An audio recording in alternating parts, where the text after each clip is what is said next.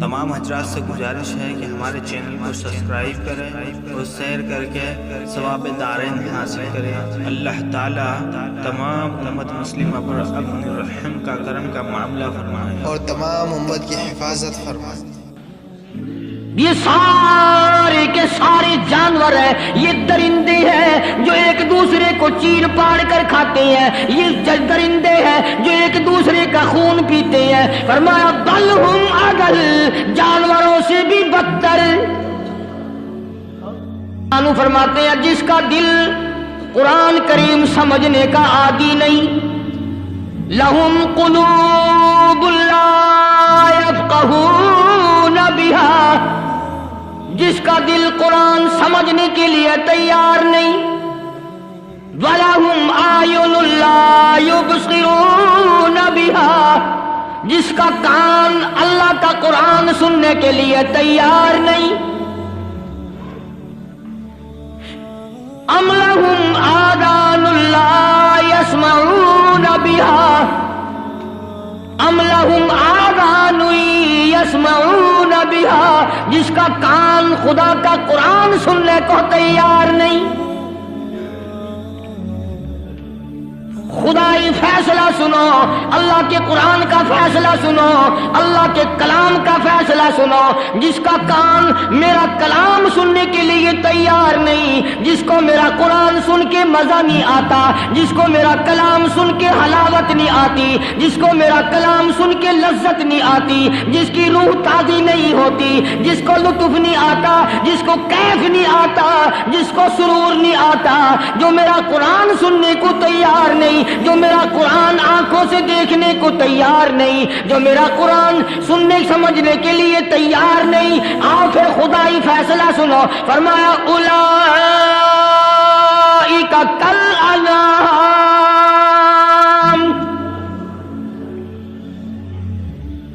میرا فیصلہ نہیں، کسی پارٹی کا فیصلہ نہیں، کسی فرقے کا نہیں، کسی طبقے کا نہیں، کسی جماعت کا نہیں۔ فرمایا اولئک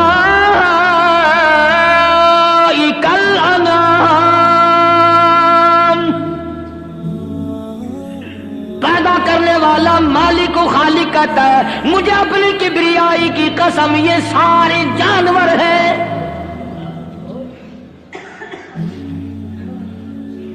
یہ سارے کے سارے جانور ہیں، یہ درندے ہیں جو ایک دوسرے کو چیر پاڑ کر کھاتے ہیں، یہ درندے ہیں جو ایک دوسرے کا خون پیتے ہیں۔ فرمایا بل ہم اضل، جانوروں سے بھی بدتر۔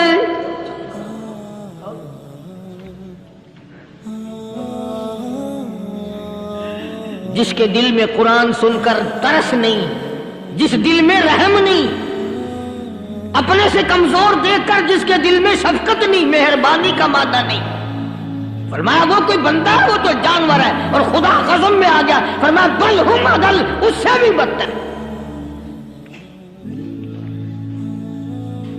اللہ والے جو ہیں وہ ان خصلتوں کو دور کراتے ہیں، اور وہ آدمی کے مزاج اور دل میں سے ایسی چیزیں نکالتے ہیں جو اس کی بربادی کا ذریعہ بنتا ہے۔ دل کی بیماریوں کا کسی کو فکر نہیں، بخار ہو جائے آپ چڑھ جائے آپ کو پتہ چل جاتا ہے، نزلہ ہو جائے آپ کو پتہ چل جاتا ہے، کھانسی ہو جائے پتہ چل جاتا ہے، دل کی بیماریوں کا کیا پتہ چلے؟ صحابہ اکرام رضوان اللہ تعالی علیہ مجمعین کی جماعت کے اللہ پاک کے محبوب حضرت محمد الرسول اللہ صلی اللہ تعالی علیہ وسلم نے دلوں کی صفائی کی۔ پہلے لوگ جھونپڑیوں میں کچے کوٹھوں میں رہتے تھے، نہ اتنی صفائی تھی نہ اتنی ترقی تھی۔ آج برتنوں کی صفائی دیکھو، کپڑوں کی صفائی دیکھو، مکان کی صفائی دیکھو، رات دن بس اسی دھندے میں لگے ہوئے، سارا دن برتن دھونے سے فرصت نہیں، سارا دن کپڑوں کے بناؤ اور سنوار میں فرصت نہیں۔ تو اللہ والے ایسے موقع پر بڑی عجیب بات کہتے ہیں، وہی مجذوب ہے، مجذوب علی رحمت کہتے ہیں بظاہر تو ہر شے میں بے حد صفائی، بظاہر تو ہر شے میں بے حد صفائی، مگر دل میں ہے گندگی انتہائی۔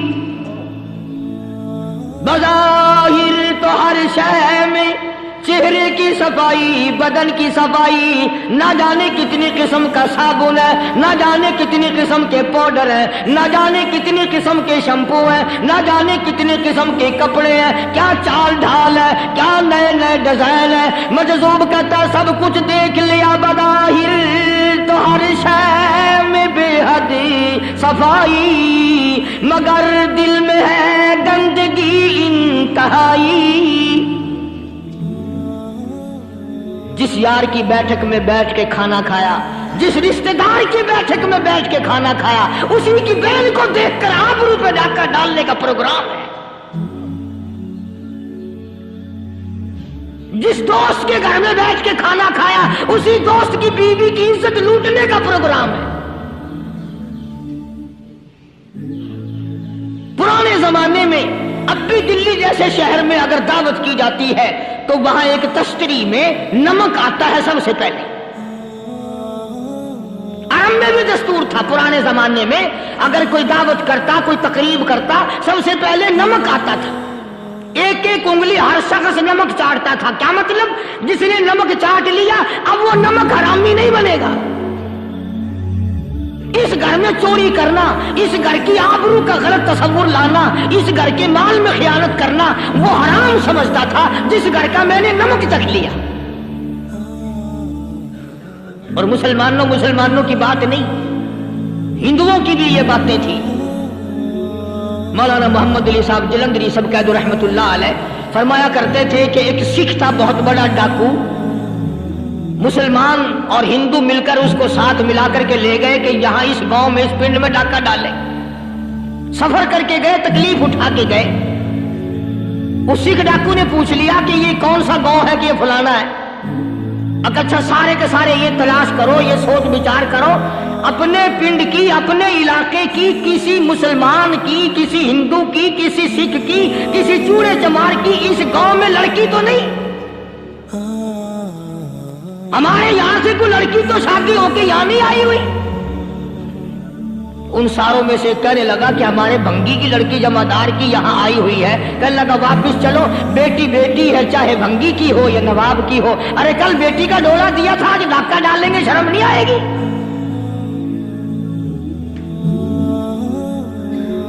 آج وہ تصور کہاں چلے گئے؟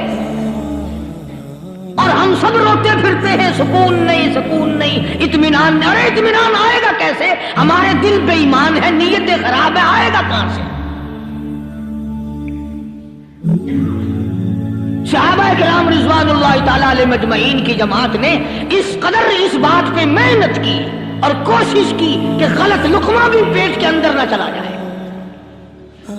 چنانچہ میں علی الاعلان کہتا ہوں، 1,29,000 صحابہ کرام، کالی کملی والے کے دیوانے اور پروانے، حضور کے یار جانثار، حضور کے ساتھ فاقہ کھانے والے، فاقوں مرنے والے، پتھر کھانے والے، اپنے بچوں کے ٹکڑے ہوتے ہوئے دیکھ کر لا الہ الا اللہ محمد الرسول اللہ کی صدا بلند کرنے والے صحابہ کرام کا یہ حال تھا۔ پیدل سفر کر کے جاتے تھے یہودی عیسائی، شام نکل گئے، فلسطین نکل گئے، ہندوستان آ گئے، 2 سال لگ جاتے تھے۔ اپنی جوان بیٹیوں کو مسلمانوں کے گھروں میں چھوڑ کے آ جاتے تھے۔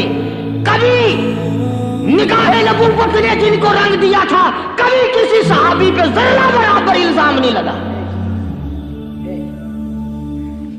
ان یہودیوں کا، ان عیسائیوں کا یہ عقیدہ تھا کہ محمد صلی اللہ علیہ وسلم کے جو غلام ہیں، ان کی نگاہ بھی پاک ہے، ان کے دل بھی پاک ہیں، ان کے ارادے بھی پاک ہیں، ان کے ہاتھ بھی پاک ہیں۔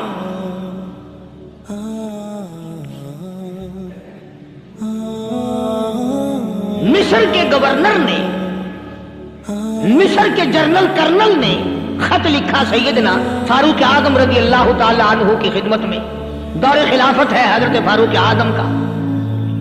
کیا خط لکھا کہ حضور مجھے کافی وقت گزر گیا ہے اور فلاں علاقے میں آپ کے حکم سے ہم نے جانا ہے اور راستہ صرف ایک ہے اور اس راستے میں جال بچھا دیا گیا۔ اب مجھے مشورہ دیں میں کیا کروں، حکم دیں مجھے۔ جال کیا بچھا دیا گیا کہ ہمیں پتہ چل گیا ہے عیسائیوں نے پروگرام بنایا، سینکڑوں لڑکیاں تلاش کر کر کے بڑی خوبصورت حسینہ اکٹھی کی ہیں، ان کو گانے بجانے کی ٹریننگ دی ہے، ان کو اچھی اچھی آوازوں والی لڑکیاں ڈھونڈ کے لائے ہیں، اور انہوں نے یہ پروگرام بنایا کہ جب مسلمانوں کی فوج اس گلی سے گزرے گی ان کوٹھوں کے اوپر چڑھ کے گانا بجانا کریں گے تاکہ ان کے دل میں بدماشی آئے اور ان کا بیڑا نہ رکھو۔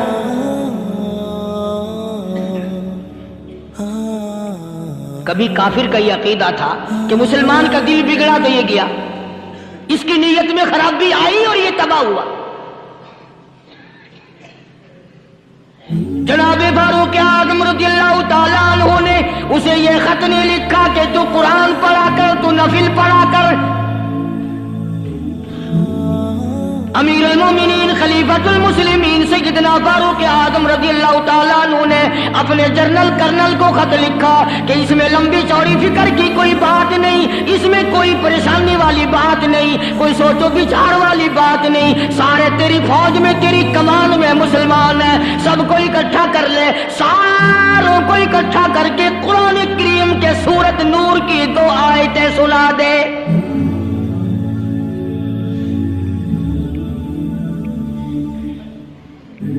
یہ بھی نہیں فرمایا کہ سزا سناؤ، اتنے کوڑے لگیں گے، جو خلاف کرے گا یوں قید ہوگی، یہ کورٹ مارشل کر دیا جائے گا، کچھ نہیں۔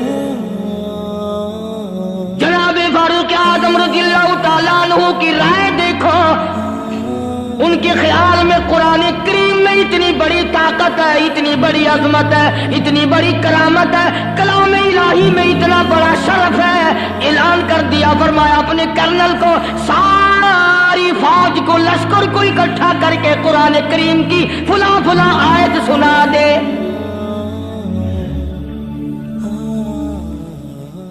اور اس کے بعد بے دھڑک فوج کو، لشکر کو اسی راستے سے گزار کے لے جا، بے دھڑک لے جا۔ ہائے کبھی قرآن کی 2 آیتوں سے کام بن جاتا تھا، اب سارے قرآن سے میرا تیرا کام نہیں بنتا۔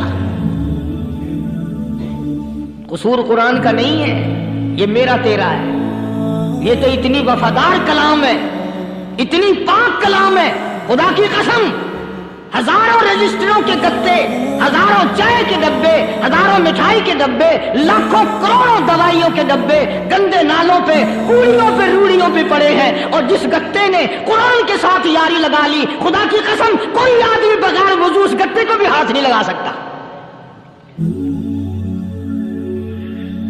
ہزاروں نہیں لاکھوں کپڑے مارکیٹ میں پڑے، پر جس کپڑے نے قرآن سے یاری لگا لی، جو کپڑا جسدان بن کر قرآن پہ چڑھ گیا، لوگ اس کو بھی چومتے ہیں، اور چومنا چاہیے۔ یارو کپڑے نے قرآن سے یاری لگائی تو کپڑا عظمت والا بن گیا، گتے نے یاری لگا لی تو گتا بن گیا۔ ہزاروں قسم کے کاغذات روزانہ ذلیل ہوتے پھرتے ہیں، جس کاغذ پہ قرآن لکھا گیا وہ عظمت پا گیا، جس سیاہی سے قرآن لکھا گیا وہ سیاہی عظمت والی بن گئی۔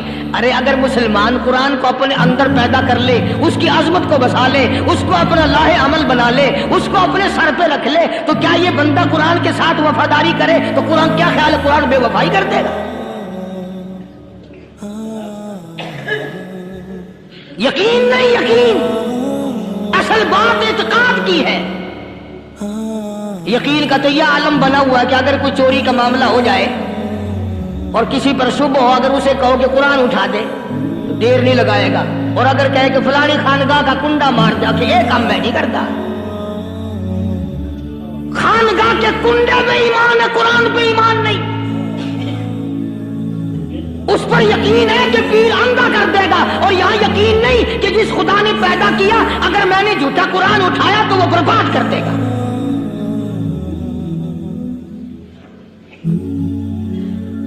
عجیب عجیب لوگ ہیں۔ چنانچہ مصر کے کرنل نے، مصر کے جنرل نے ساری فوج کو اکٹھا کر لیا۔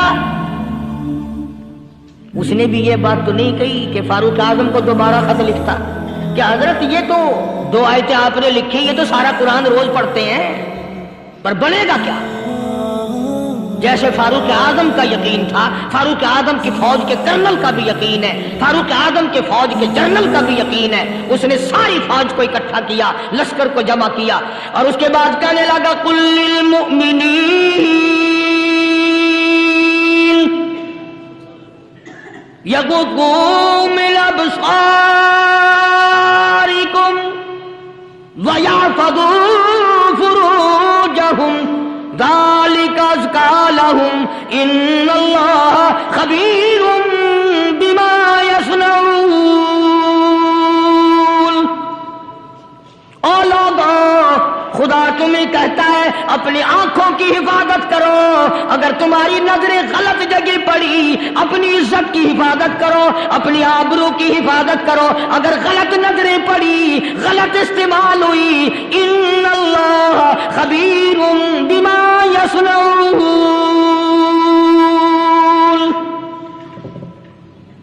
اللہ پاک تمہاری ساتھ ساتھ ہے، وہ ہر چیز کو دیکھتا جائے گا، وہ ہر چیز تمہاری دیکھے گا.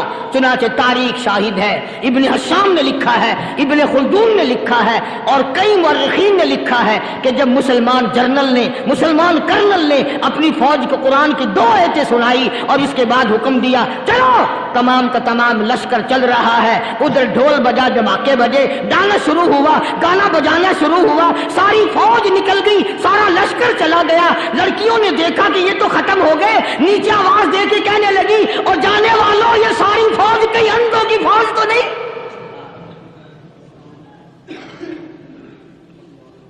یہ حسن کا نظارہ اور یہ ڈانس اور یہ آواز، ہم ناچ ناچ کے تھک گئی، کوئی سر نہیں اٹھاتا.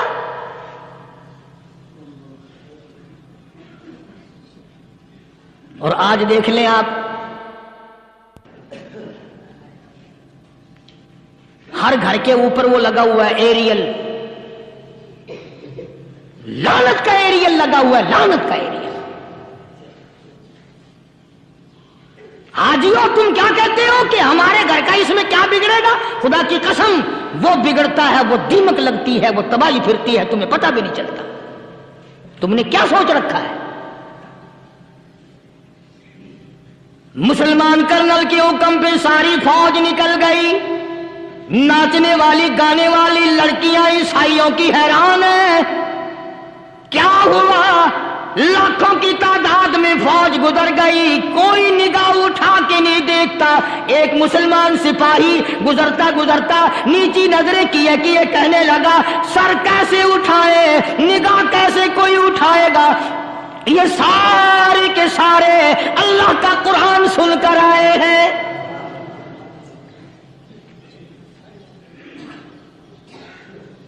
کیسے کوئی نگاہ اٹھائے گا؟ کیسے کوئی سر کو اٹھائے گا؟ یہ سارے کے سارے اللہ کا قرآن سن کر آئے ہیں. ان کا عمل ہوا نا قرآن پہ، ان کے عمل کا کتنا بڑا اثر پڑا. مورخین نے لکھا، ابن حشام لکھتا ہے عیسائی لڑکیوں نے چھلانگیں لگا دی، کوٹھی سے نیچے آ گئی، کہنے لگی عام مسلمانوں وہ قرآن ہمیں بھی سنا کے جاؤ جس میں اتنی اسپرٹ ہے، اتنی طاقت ہے، جو حسن کے نظارے سے روک دے، جو گانے بجانے سے روک دے. یہ تو آدمی کے دل کا سکون ہے. نہ گانا سنتے ہو، نہ حسن کا نظارہ کرتے ہو. جاتے والے یوں نہ جاؤ، ہمیں بھی وہ قرآن سنا کے جاؤ.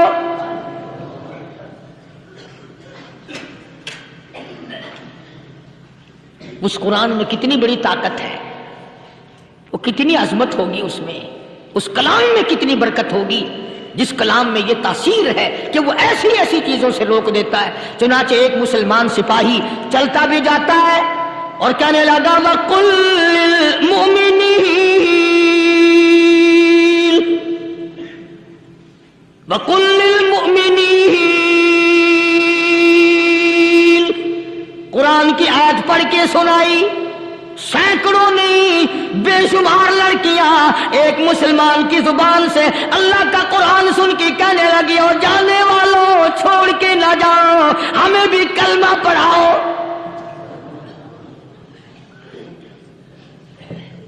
جتنی بھی وہ ناچنے گانے والی تھی تمام کے تمام کلمہ پڑھ کر مسلمان بن گئی. اور مورخین نے لکھا ہے آخری دم تک قرآن کی شیدائی اور دیوانی بن کے گزری ہیں.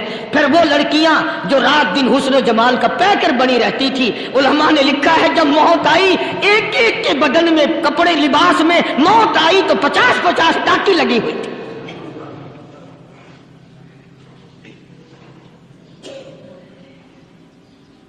بظاہر تو آج بھی بڑی جھاڑا پنجی ہے، بڑی صفائی ہے، بڑی دوڑ دھوپ ہے.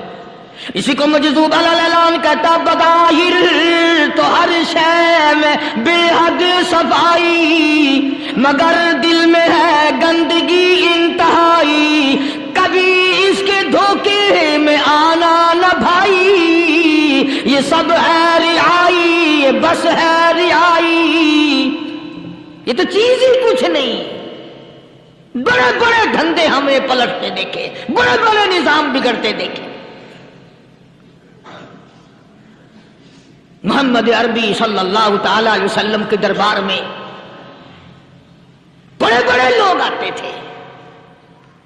اللہ غنی، نگاہ نبوت نے جس کو رنگ دیا سبحان اللہ، پھر قیمت جو بن گیا وہ اسلام کی دولت سے پیچھے نہ ہٹا.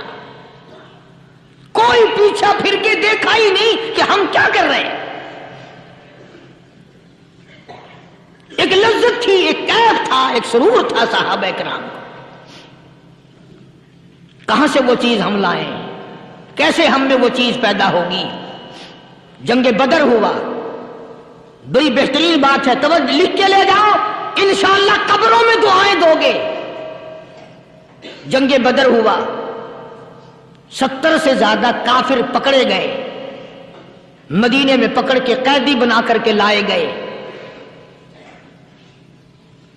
تنگ دستی کا زمانہ ہے، 1 سال نہیں ہوا مسلمان اجڑ کے آئے تھے، مار کھا کے آئے، پریشان ہو کر آئے، دن دولت چھوڑ کر لٹا کر آئے. ان کے پلے کیا تھا؟ شام کا وقت ہوا، مدنی کریم صلی اللہ تعالی علیہ وسلم نے مسجد کے دروازے میں کھڑے ہو کر اعلان فرما دیا، کون ہے، کون ہے جو میرے مہمانوں کو کھانا کھلائے؟ اور وہ مہمان کوئی شہنشاہ نہیں تھے، ہیں بھی کافر، ہیں بھی اسلام کے دشمن، آئے بھی صحابہ کرام کو مارنے، میدان جنگ سے پکڑ کے لائے گئے، جنگی قیدی ہیں. اس نبی کی طرف کبھی منہ کیا کر جس نبی کا تو غلام ہے، امتی بنا پھرتا ہے. فرمایا کون ہے جو میرے مہمانوں کو کھانا کھلائے؟ صحابہ کرام میں سے کسی نے 2 پکڑ لیے، کسی نے 1 کو ساتھ لے لیا. ایک بنادار سا غریب سا صحابی ہے، اس نے ساتھ لے لیا ایک مہمان اور گھر لے کے گیا. بیوی کو کہنے لگا کہ کھانا کتنا ہے؟ کہ بس 1 آدمی جوگا ہے، 1 آدمی کی کافی ہوگا. کان میں کہنے لگا اپنی بیوی کے، دستور تھا عرب کا، مہمان اور میزبان اکٹھے کھایا کرتے تھے. اپنی گھر والی کے کان میں کہنے لگا کہ اس کے آگے کھانا رکھ دیں گے مہمان کے، جب یہ کھانا شروع کر دے گا کسی بہانے سے دیوا بجھا دیو، میں یوں ہی منہ کو خالی ہلاتا رہوں گا، یہ کھانا کھا لے گا، پیٹ بھر جائے گا اس کا. چنانچہ کھانا آگے رکھ دیا، جو کچھ بھی تھا. اس نے کھانا شروع کیا کہ جی آپ بھی کھائیں، کہ ہاں ہاں میں بھی کھا رہا ہوں. بس یوں ہی کھانے میں بھی ہاتھ لگائے، منہ کو بھی ہاتھ لگائے اور منہ کو چلائے بھی برابر. بیوی نے چراغ بجھا دیا. یہ عمل تو صحابی کر رہا ہے اپنے گھر میں. ادھر قرآن کریم نازل ہو گیا محمد کریم صلی اللہ علیہ وسلم کی ذات پہ، فرمایا وَيُؤْثِرُونَ عَلَىٰ أَنفُسِهِمْ وَلَوْ كَانَ بِهِمْ خَصَاصَةٌ وَمَن يُوقَ شُحَّ نَفْسِهِ فَأُولَٰئِكَ هُمُ الْمُفْلِحُونَ. اور میرے محبوب مبارک ہو، تیری امت میں ایسے لوگ بھی ہیں جو اپنا منہ خالی ہلا رہا ہے، بیوی بھوکی بیٹھی ہے، چراغ بجھائے بیٹھی ہے اور اپنے ہاتھ کو خالی چلا رہا ہے اور میرے بندے کا پیٹ بھر رہا ہے. اور میرے محبوب مجھے اپنی عظمت کی قسم، میں تیری ان دیوانوں پہ جنت واجب کر چکا.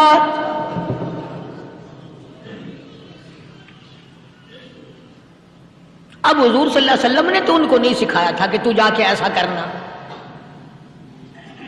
قدرتی مزاج ایسا بنا دیا تھا.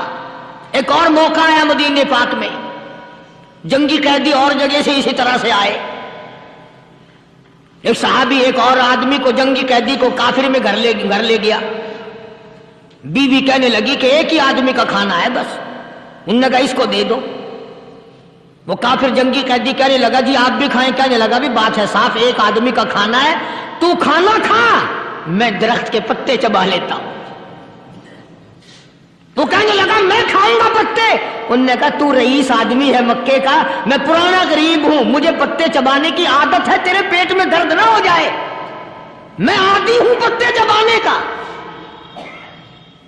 اس نے پتے چبا لیے۔ کافر مسافر اور مہمان جو تھا جنگی قیدی، اس کو کھانا کھلا دیا۔ دوسرے دن پھر ایسی نوبت آئی، اس نے کہا آپ بھی میرے ساتھ کھانا کھائیں گے؟ کہ نہیں بھائی تو کھا، میں پتے چبانے کا عادی ہوں۔ 2 دن تو اس کافر نے کھانا کھا لیا، اور جب تیسرے دن اس کے آگے کھانا آیا، انہوں نے کہا بھائی تو ہی کھا، بس اتنا ہی کھانا ہے، میں تو میاں بیوی ہم تو پتے چبا لیں گے۔ اور کہنے لگا مدینے والوں تم خود پتے چباتے ہو، دشمنوں کو کھانا کھلاتے ہو، آج میری بھی ایک شرط ہے، پہلے کلمہ پڑھا پھر کھانا کھلا۔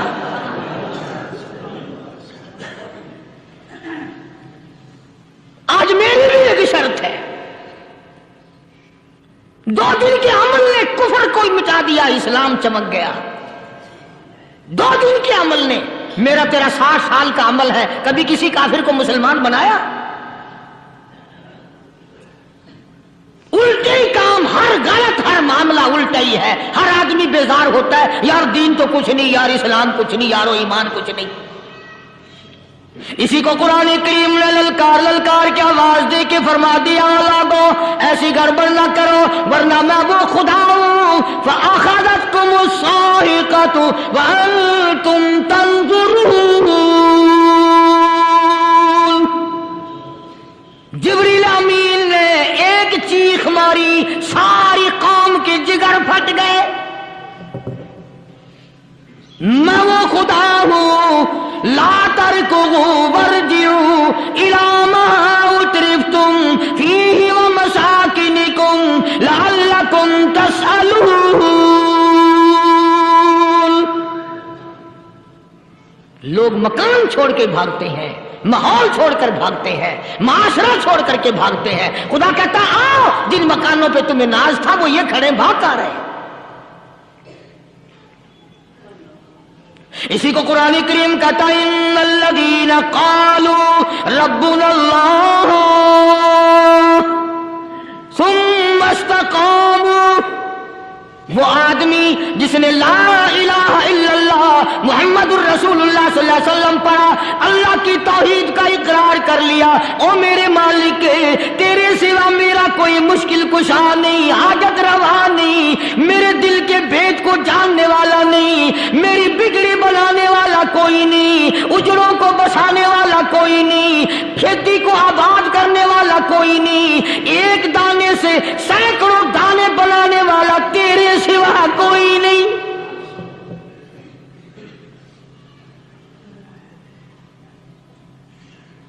کھیتوں میں جاؤ، کبھی یہ تو سوچو کہ دنیا میں حکومتوں نے کتنے مل لگا رکھے ہیں، چینی کے، شکر کے کتنے مل ہیں، کتنے ڈیپو ہیں، پھر بھی قلت ہو جاتی ہے۔ اور یہ اللہ میاں نے کتنا میٹھا کیلے میں، سنترے میں، مالٹے میں، انگور میں، سیب میں، کبھی یہ بھی سنا کہ اللہ میاں کا شوگر مل فلاں علاقے میں لگا ہوا ہے؟ کبھی یہ تو دیکھو کہ یہ قدرت کاملہ کے سوا اور کون پیدا کر رہا ہے؟ فرمایا جس نے اللہ کی توحید کا اقرار کر لیا، محمد عربی صلی اللہ علیہ وسلم کی ختم نبوت کا اقرار کر لیا، خدا کے بعد خدا کوئی نہیں، مصطفیٰ کے بعد نبی کوئی نہیں۔ پھر قرآن نے شرط لگائی ثم استقاموا، پھر اس پر جمع رہے، ڈٹا رہے، یوں نہیں کہ کبھی ادھر لڑک گیا کبھی ادھر لڑک گیا۔ لوگ تو بدل جاتے ہیں، لوگوں کا کیا ہے؟ پچھلے سال کی بات ہے، یہیں مغرب کی نماز کے بعد گرمی کے موسم میں میں یہاں بیٹھا ہوا تھا باہر، آگے شہر کے وہ آدمی وہ کہنے لگے جی ایک کام آئے ہیں۔ میں نے کہا کیا؟ کہ 25,000 روپے چوری ہو گیا ہمارا، بتاؤ ہمیں۔ میں نے کہا مجھے کیا پتا؟ انہوں نے کہا نہیں سارا شہر کہتا ہے کہ قاری حنیف بتا دیتا ہے۔ میں نے کہا اچھا یہ یوں نہیں جانے کا؟ میں نے کہا پھر آدھے لوں گا۔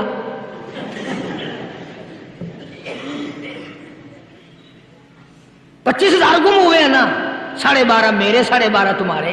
کہنے ہیں دیکھو نا جی بال بچے چھوٹے چھوٹے غریب بچے ہیں جن کے وہ پیسے ہیں۔ میں نے کہا اچھا میں بادشاہ لگا ہوا ہوں؟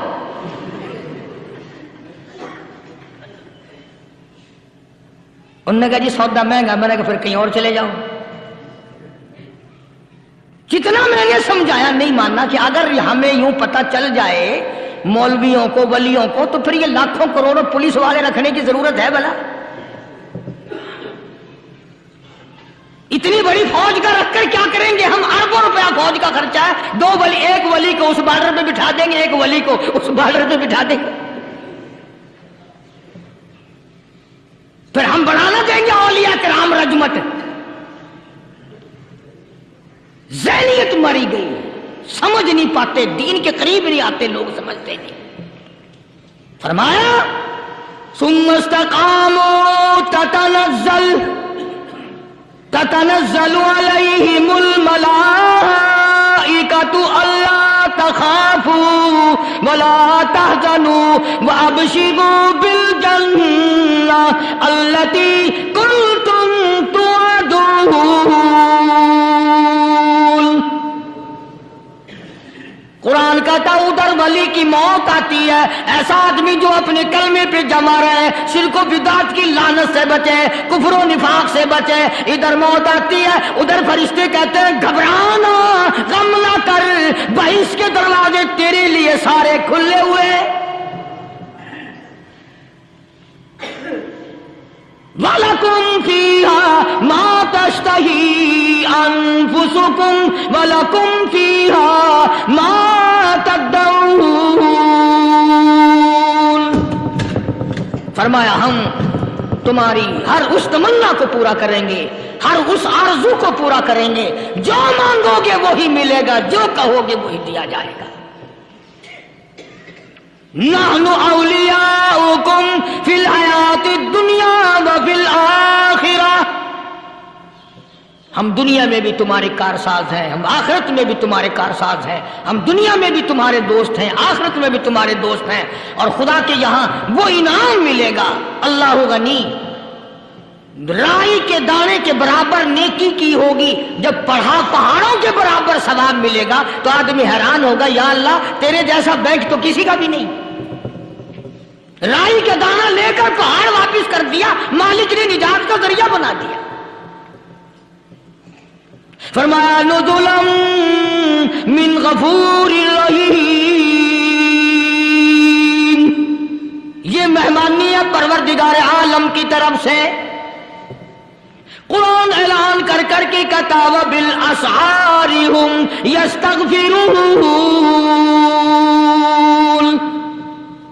اللہ پاک فرماتے ہیں میرے بندوں کی نشانی یہ ہے کہ وہ آخری رات میں بڑے ویلے سحری کے وقت اٹھ کر استغفار کرتے ہیں، اللہ کے حضور میں معافی مانگتے ہیں، روتے ہیں، عاجزی کرتے ہیں۔ کہتا کہ ایک تڑپ سی دل میں امنگتی ہے، ایک درد جگر میں ہوتا ہے، ایک تڑپ سی دل میں امنگتی ہے، ایک درد جگر میں ہوتا ہے۔ ہم رات کو رویا کرتے ہیں جب سارا عالم سوتا ہے۔ سب لوگ سوئے ہوئے ہوں اور اللہ کا دروازہ کھٹکھٹا، اندھیرے میں مالک کائنات کے سامنے جھولی پھیلا، اپنی بگڑی کا سوال کر، اپنی مشکلات اس مالک کے سامنے پیش کر جو سارے جہان کا خالق و مالک ہے۔ عقیدہ بھی بناؤ، اعمال بھی بدلو، مزاج بدلو، طبیعتوں میں انقلاب لاؤ، اور لوگوں ان گھروں کو مسلمانوں والے گھر بناؤ۔ تم برا مان کے جاؤ یا بھلا مان کے جاؤ، میں اپنے عقیدے کی بات کو چھپاتا نہیں۔